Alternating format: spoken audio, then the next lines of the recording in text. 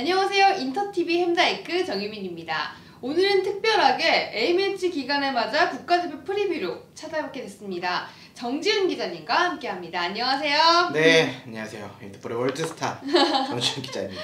네, 올해 첫 A매치를 숙명의 한일전으로 시작하게 됐습니다. 오늘 지훈 기자님과 함께 5가지 포인트로 짧고 굵게 설명해드리도록 할 텐데요.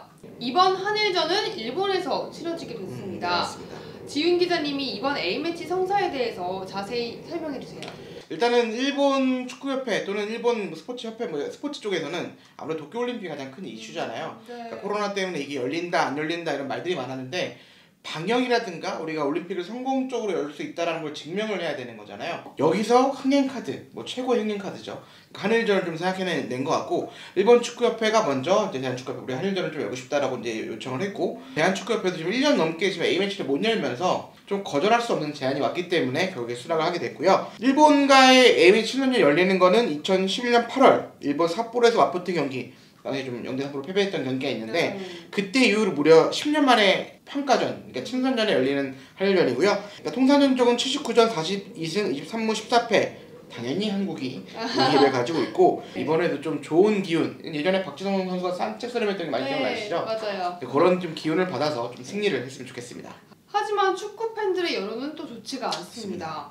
이번 한일전은 일본에서 유관중으로 강행 의지를 돋보였는데요. 그러니까 말씀드렸다시피 일본 축구협회는 중요하잖아요. 올림픽이 정말 국가의 명운이 걸려있을 정도로 중요하기 때문에 팬들의 반응은 당연히 좋지가 않습니다. 일단 기본적으로 지난해 11월 유럽 원정 A매치를 할 때도 좀 우려가 좀 있었잖아요. 코로나 시기인데 굳이? 했는데 어쨌든 원정을 했는데 걱정이 되게 많았죠. 그렇죠. 근데 우려가대로 좀 문제가 많이 발생을 했죠. 대표팀 선수들이 집단 코로나 감염이 되면서 어제 좀 안타까운 사건이 좀 발생했기 때문에 좀 우려가 있는 상황이고요. 또 이번 경기를 치르게 되면 지금 우리나라는 2주 자가격리를 해야 되잖아요. 외국에 갔다 오면은 어쨌든 K리그가 피해를 입을 수밖에 없는 상황들. 일단 협회는 방역을 정말 철저히 하겠다. 이번에는 감염이 없이 하겠다. 일반 또 여행객과 자석을 또 분리한다고 합니다. 그러니까 여러 가지 좀 문제들을 좀 해결하려고 하는 의지를 좀 보였기 때문에 아무쪼록 좀 안전하게 경기가 좀 진행이 됐으면 좋겠습니다. 우리나라 선수들의 차출도 어려워졌죠. 손흥민 선수는 부상 낙마에 이어서 황의조, 황희찬, 이재성의 소속팀 차출 거부 등 이번 한일전은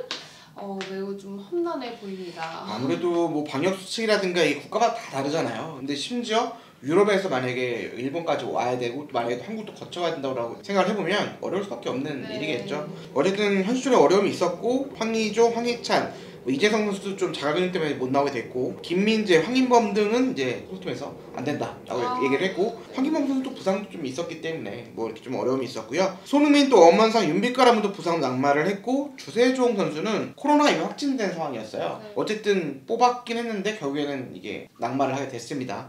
여러 가지 좀 문제가 좀 생겼고요. 이 과정에서 대한축구협회가 선수들을 좀 체크를 제대로 안 한 거 아니냐 이런 좀 비판을 좀 받고 있고 무리하게 한일전을 좀 강행했다라는 비판을 좀 받고 있습니다. 그리고 특히 손흥민 선수의 차출 문제에 대해서 많은 논란이 또 있잖아요.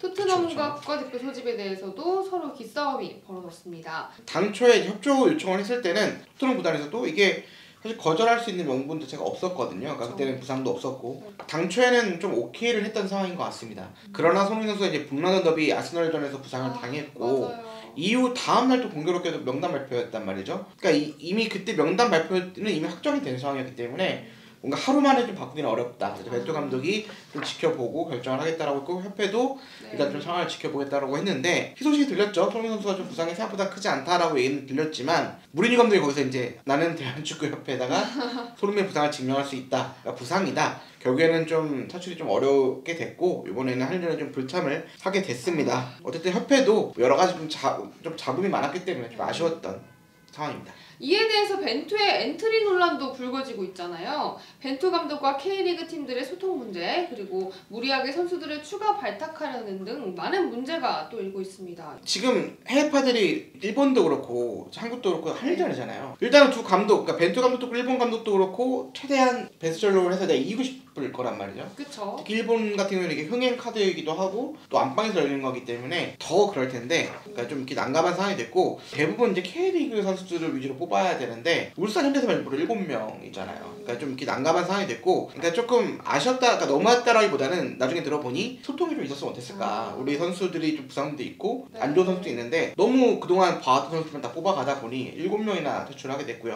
그러니까 어쨌든 이외에도 여러 팀들이 지금 대부분 퇴출 많이 해주고 있는데 그러니까 좀 그런 것들이 참 이제 소통, 뭐 여러 가지 뭐 협회 그런 형평성 뭐 이런 것들 좀 여러 가지 좀 나올 수 있을 것 같은데, 좀 그래도 어쨌든 이미 퇴출은 됐고 최대한 좀 이기고 이런 것들 좀 많이 이슈를 좀 얻었으면 좋겠습니다.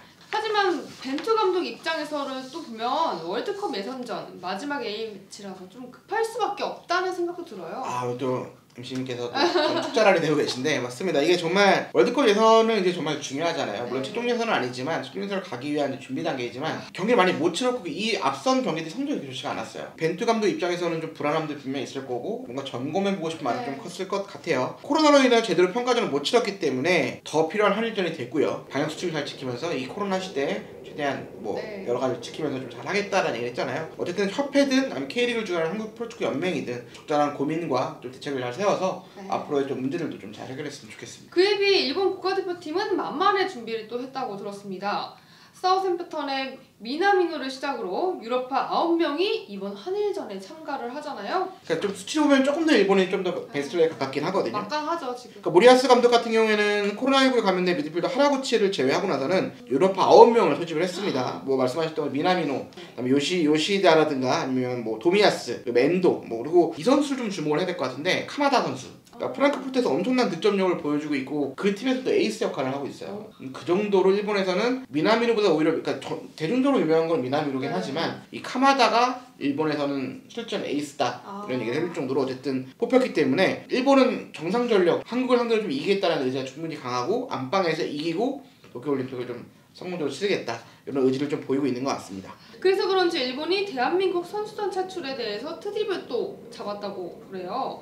한국은 베스트 전력이 아니라며 패배 변명 준비를 하고 있다고 도쿄 스포츠가 전했다고 합니다. 좀 당황스럽게 자기들이 먼저 하자고 했잖아요. 그래놓고 우리 상황이 어려운데 뭐 어떻게 다 베스트를 꾸리겠습니까? 어려움이 있고 근데 물론 손흥민 선수 이런 선수들 보고 싶겠죠. 그들도 못 나왔다고 이런 얘기를 좀 하는 것 같아요. 한일전은 뭐 이런 정상 전력과 어떤 뭐 전적 뭐 아니면 뭐 흐름 이런 게 전혀 무시되는 경기이기 때문에 맞아요. 가위바위보도 지면 안 되잖아요. 조금 빠졌다고 해서 뭐 정상 전력이 아니다 뭐 패배에 대한 변명하고 이런 말도 안 되는 거고 오히려 저는 좀 정상 전력이 아닐 때 여긴 정상 전력이니까 우리가 꺾었을 때는 좀 코트를 좀 나잡하게 해주고 싶은 마음이 좀 있고요. 오히려 이 K리그 선수들 중심으로 일본을 꺾었을 때, 해외파를 꺾었을 때 일본의 그 반응은 어떨까? 통쾌한 승리를 좀 기대해 보겠습니다.